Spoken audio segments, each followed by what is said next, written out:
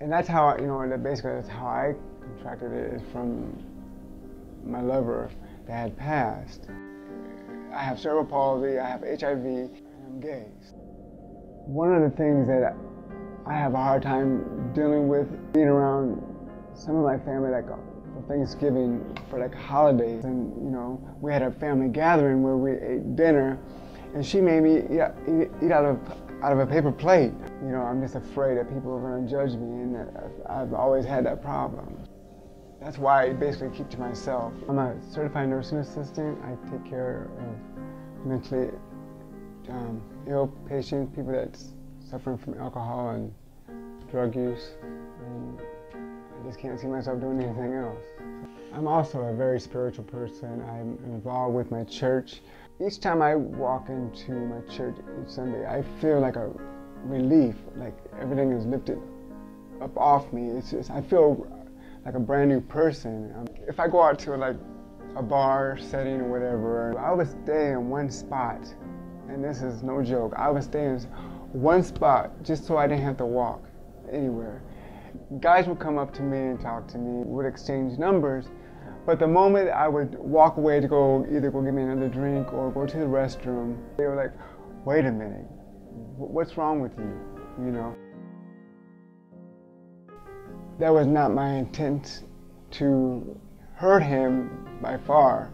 I got ready to put a condom on, and he said, well, don't worry about that. I'm like, I kind of hesitated. I'm like, well, I don't know. I said, but I went ahead and had sex without a condom. The reason why I didn't disclose is because I was afraid of rejection.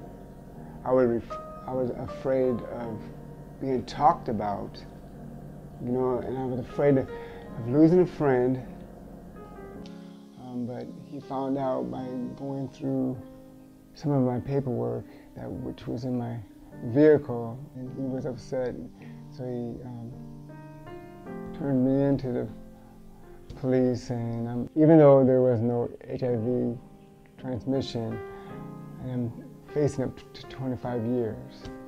After I was arrested, I was held in jail for 2 months, and I just couldn't imagine being placed in prison for 25 years. From that point, I just didn't want to live anymore, because it's like I felt like people were just looking at me like I was an animal. I didn't mean nothing. My family didn't know that I was gay, didn't know I was HIV positive, until I was placed under the arrest and it was placed in the paper.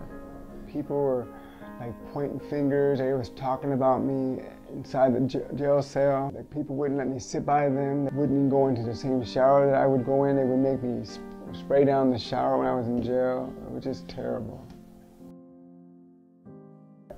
I'm afraid of losing my job, because right now I work with people, and if I am placed on the registry, I will no longer be able to work with people in the healthcare field, and that's my livelihood. I was in jail for 2 months, and then once I got out, the next Sunday after I got out, I went to church, and I was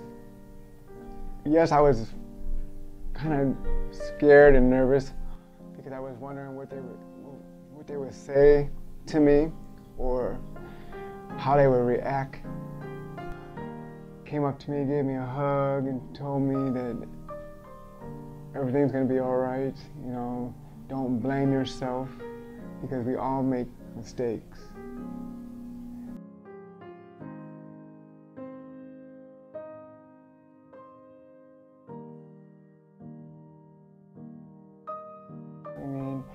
I had this relief pressure that this, like, okay, good, I have somebody I can talk to, somebody that's been going through the same experience that I've gone through, knows what I'm basically feeling, because it's like, because before I didn't know what I was going to do. I thought I was in it by myself.